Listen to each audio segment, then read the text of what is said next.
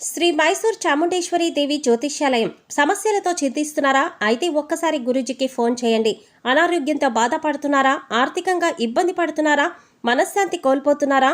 విద్య, ఉద్యోగం, విదేశీ ప్రయాణం, ప్రేమ, పెళ్లి, సంతానం, భార్యాభర్తల మధ్య గొడవలు, అనుమానాలు రావడం, నరదృష్టి, కుజదోషం, చేతబడి, వశీకరణ, రావలసిన డబ్బులు రాకపోవడం, ఇళ్లు స్థలాలు అమ్ముడుపోకపోవడం, ఎన్ని సంబంధాలు చూసినా పెళ్లి ముడిపడకపోవడం, ఇలా ఎటువంటి సమస్యలకైనా అంజనం వేసే ఫోన్ ద్వారానే జ్యోతిష్యం చెప్పబడును. Cell number 9652484281.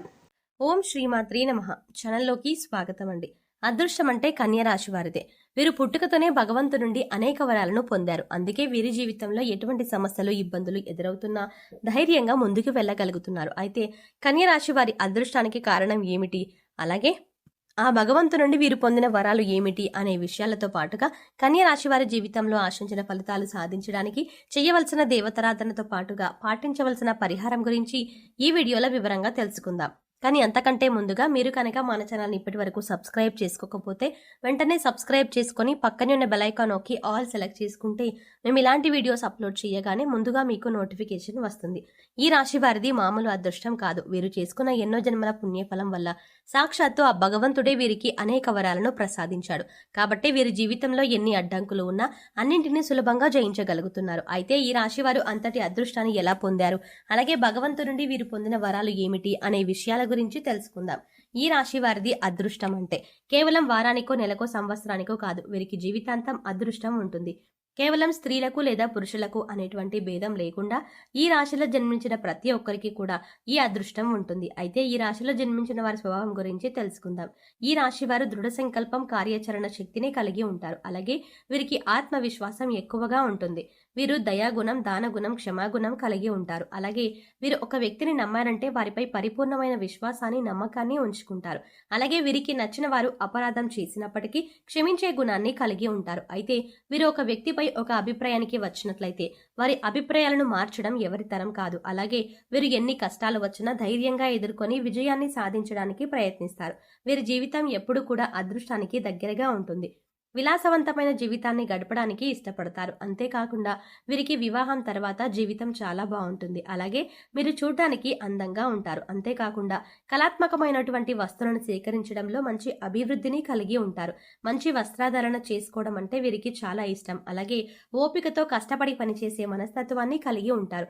సాధారణంగా వీరికి సహనం అనేది తక్కువగా ఉంటుంది. అలాగే కోపం చాలా సులభంగా వస్తుంది. అయితే వీరు ఏదైనా ఒక విషయంలో ఒకసారి నిర్ణయం తీసుకుంటే దాన్ని మార్చడం చాలా కష్టం.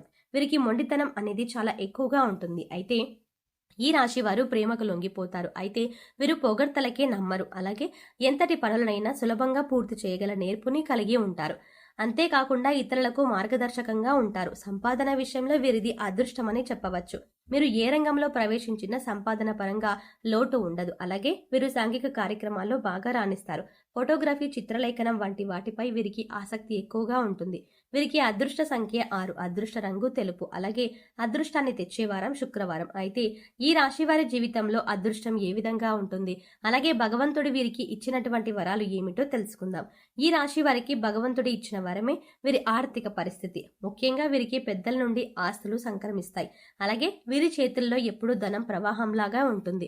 అలాగే వీరు ఎటువంటి పరిస్థితుల్లో ఉన్నా అవసరానికి డబ్బు చేతికి వస్తుంది. అలాగే వీరికి ధనం అవసరమైనప్పుడు వీరి కుటుంబ సభ్యుల నుండి, స్నేహితుల నుండి, బంధువుల నుండి, అలాగే వీరి జీవిత భాగస్వామి నుండి పూర్తి స్థాయిలో సహాయం లభిస్తుంది. కాబట్టి వీరికి ఆర్థిక పరంగా ఎప్పుడు కూడా ఎటువంటి లోటు ఉండదు. అలాగే వీరు ఖర్చు అధికంగా చేస్తారు. అలాగే ఈ రాశి వారికి వ్యాపార పరంగా ఊహించని అదృష్టం ఉంటుంది. వీరు ఏ రంగంలో వ్యాపారం ప్రారంభించినప్పటికీ దినదినాభివృద్ధిని సాధిస్తారు. అంతేకాకుండా రియల్ ఎస్టేట్ రంగంలో సైతం లాభాల బాటలో పయనిస్తారు. అలాగే వీరికి వ్యాపార పరంగా భాగస్వామ్య వ్యాపారాలు బాగా కలిసి వస్తాయి. ముఖ్యంగా చెప్పాలంటే ఈ రాశి వారు వ్యాపారంలో వ్యక్తిగతంగా అభివృద్ధి చెందిన వారి కంటే భాగస్వామ్య పరంగా అభివృద్ధి చెందిన వారు ఎక్కువ శాతం ఉంటారు. వీరికి వ్యాపార పరంగా జీవిత భాగస్వామి నుండి, అలాగే జీవిత భాగస్వామి బంధువుల నుండి ఆర్థిక సహాయం లభిస్తుంది. అలాగే కుటుంబ సభ్యుల నుండి, స్నేహితుల నుండి, బంధువర్గం నుండి వీరికి వ్యాపార పరంగా ఎంతో సహకారం లభిస్తుంది. ముఖ్యంగా పెట్టుబడి విషయంలో వీరు ఎప్పుడూ కూడా ఇబ్బంది పడాల్సిన అవసరం రాదు. అదేవిధంగా వీరు ప్రారంభించిన ప్రతి వ్యాపారంలోనూ చిన్న చిన్న ఇబ్బందులు ఉన్నప్పటికీ ఖచ్చితంగా విజయాన్ని పొందుతారు. అలాగే ఈ రాశి వారు వృత్తిపరంగా, కెరీర్ పరంగా చాలా అభివృద్ధిని కలిగి ఉంటారు. ముఖ్యంగా వీరికి అదృష్టం ఎప్పుడూ ఉంటుంది. అలాగే ఈ రాశి వారు ఆశించినటువంటి ఉద్యోగాలని సాధించగలుగుతారు.